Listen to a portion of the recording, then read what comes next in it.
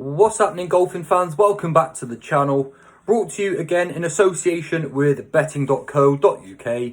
I'm Ginger Joe and I'm back again with my weekly golf selections for you to take a look at. We've got two really good events to turn our attentions to this week. On the DP World Tour, we've got the Italian Open.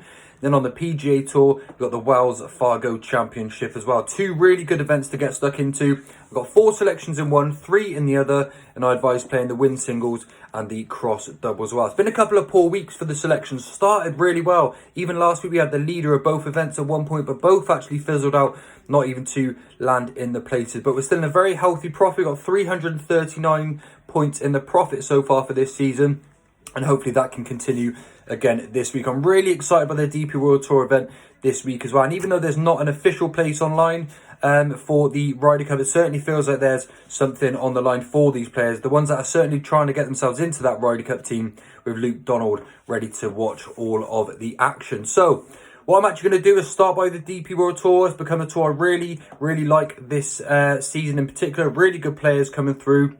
And then we'll move on to the PGA Tour straight after that as well. And if you're new to my channel, please do hit that subscribe button. It helps me out a great deal, and you usually get a good bit of karma for doing so as well.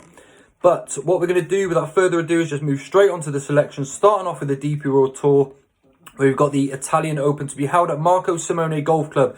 7,255 yards, par 71, and only the 3 par 5s on this course. A really difficult track. Now, it's also hosting the Ryder Cup this year too, but it has hosted the Italian Open for the past 2 years as well. Nicolai Højgaard won it in 2021 with a 13 under par, and then last year Robert McIntyre won it with 14 under par, beating Matthew Fitzpatrick in the playoff. It's a really good course. It is great design. We're going to be in for an absolute treat of some seriously good golf this year as well.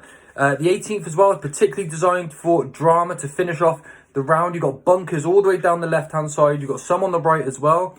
50 yards short of the green, you've got a long side bunker as well. You've got a green side bunker to the right-hand side. And then on the left, there's a lake to catch any ball that's hooking round to the left-hand side. So with these undulating greens too, it really does take the ultimate sort of player to win this event. And it is a really good tournament. 4 selections for you in this one. And what I've tried to do is pick a couple of players that I really want to make the Ryder Cup team, a few that are maybe just sat on the edge at this time, and then 2 players that I think are going to have a really good chance at this track as well.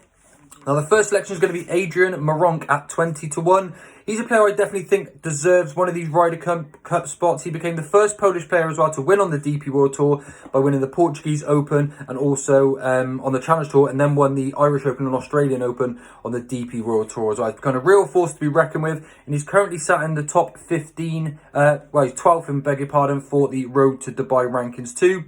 He's a player that absolutely hits the ball a mile, a big advantage here at this track as well. But his one weakness, to be fair, is probably his short game. It's been a little bit hit and miss with his wedges and his putting too, but he is improving this every single time lately, and that is just making him become more of the complete player. But his long distance here is definitely going to be a big advantage for him. So Adrian Meronk at 20-1 is my first selection.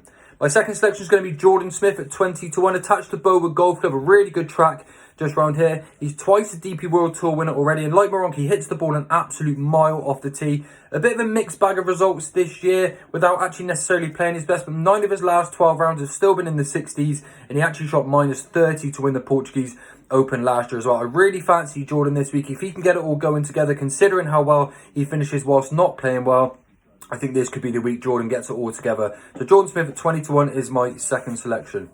My third selection is a bit more left field, and that's Matthew Pavon, the 60-1 shot from France.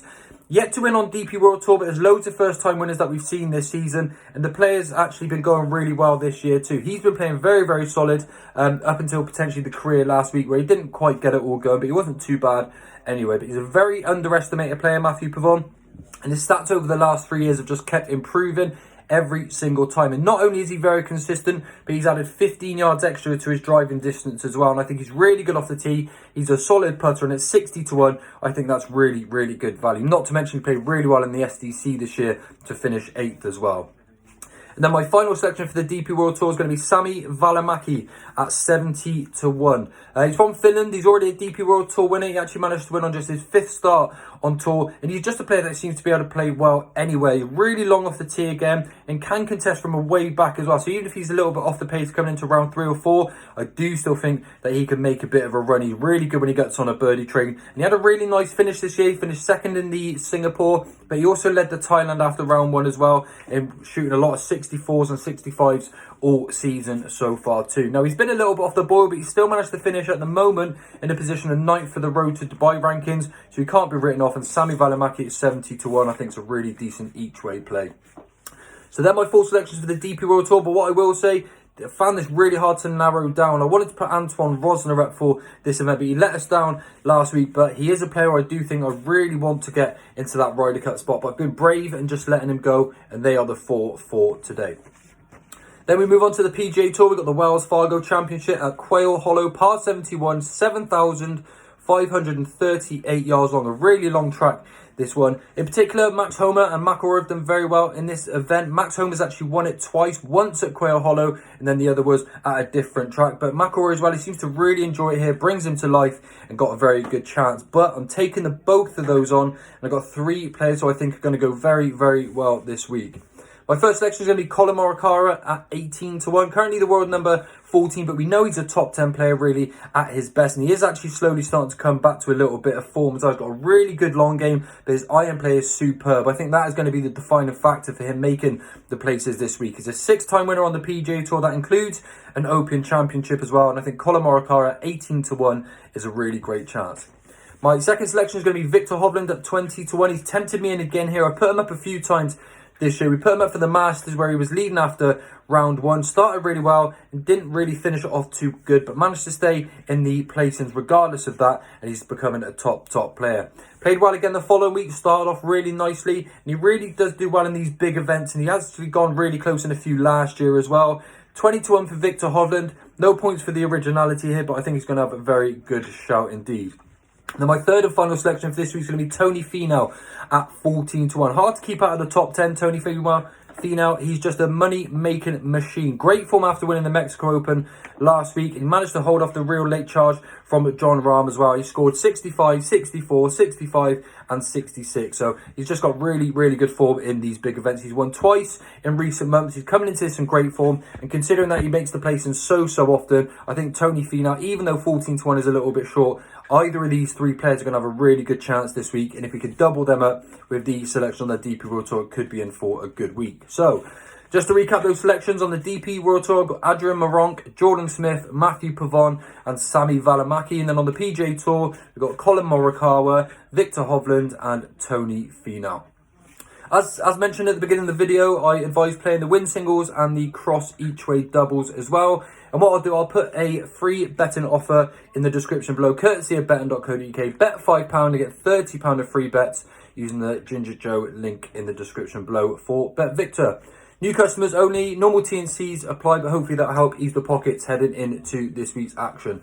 Thanks again for joining me on this week's show. I'll be back again next week with some more selections, and good luck. Do drop a comment as well who you think is going to win these events this week, and I'll see you all real soon. Bye for now.